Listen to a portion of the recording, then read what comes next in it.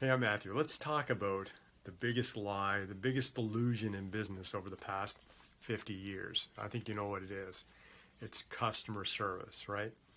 Everybody, every company and their dog says they have the best customer service, and that's how they're going to win more customers is because of their amazing customer service, that it's so much better than everyone else.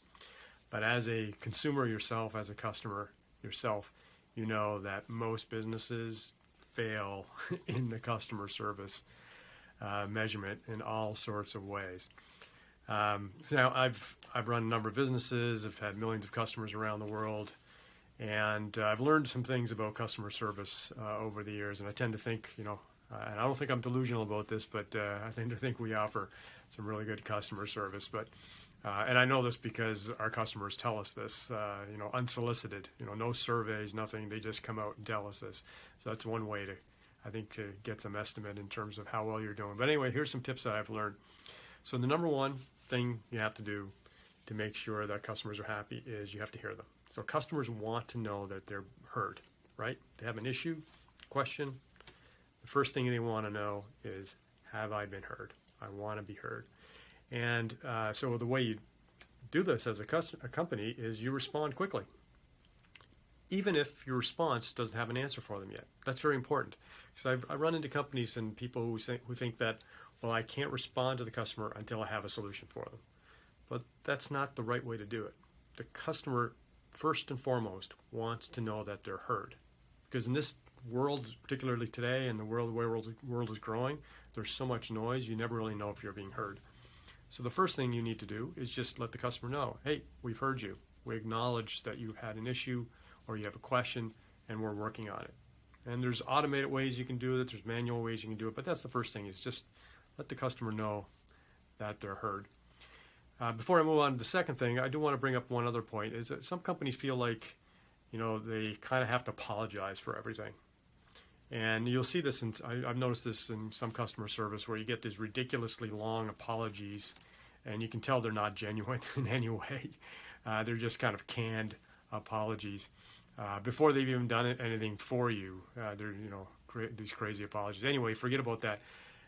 As a business, as a service provider product, whatever it is, you don't necessarily have to accept responsibility for everything. What I mean by that is, a lot of times, something goes wrong, it's not really your fault. That's just the way it is. Sometimes the customer is not following directions or doesn't do what they're supposed to do. Whatever it is, it's not always your fault, and so you don't feel like you have to take full responsibility or blame for everything. However, this is what's important. This is the distinction you have to make. Is you should also always be sorry, even if it's not your fault, even if you're not to blame. You should also always be sorry that the customer has had a bad experience or has had some type of negative issue.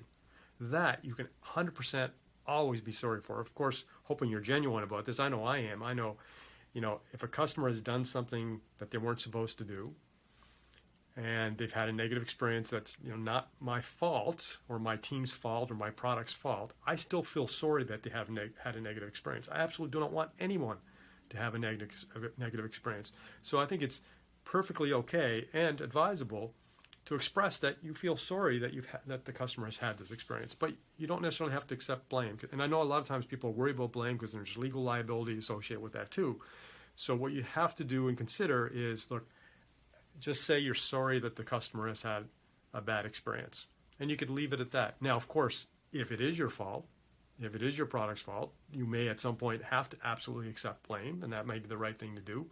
But initially, without you knowing anything, you can just say, look, I'm really sorry you had that experience.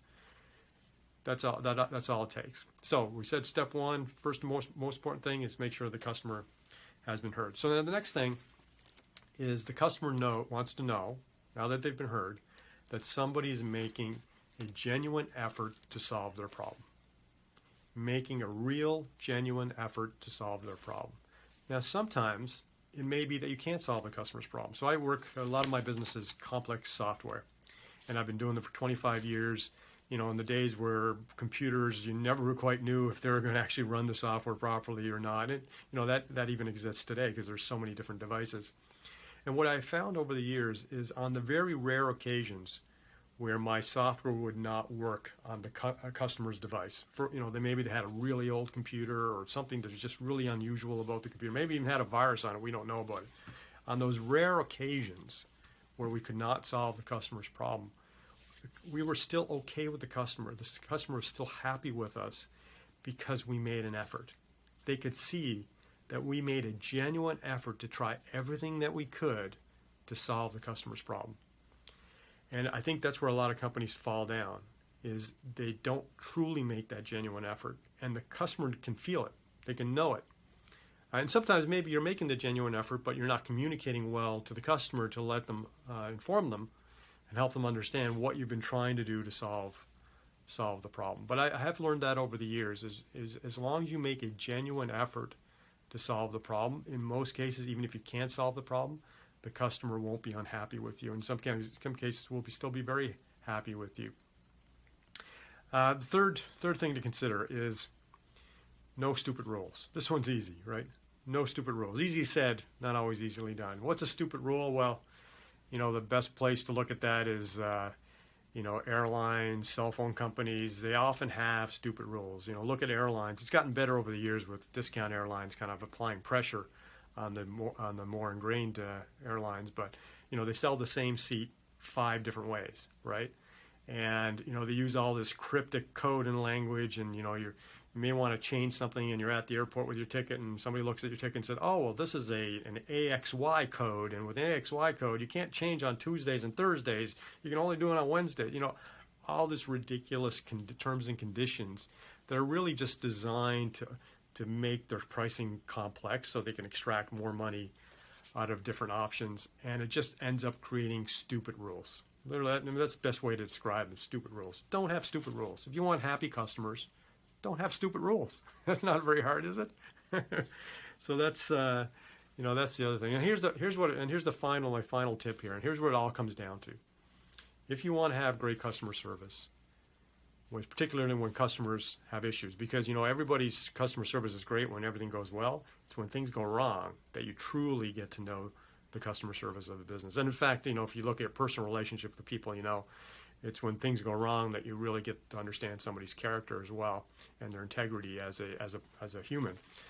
And so the final tip here is always do the right thing, even if it costs you money. Now, that's just a philosophy that I run my business and my life with.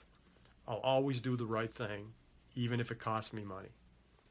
And I found that philosophy will always allow me to sleep better at night, because I feel as though I'm always delivering value for my customers, and I'm never doing anything that's contrary to their benefit, contrary to their value.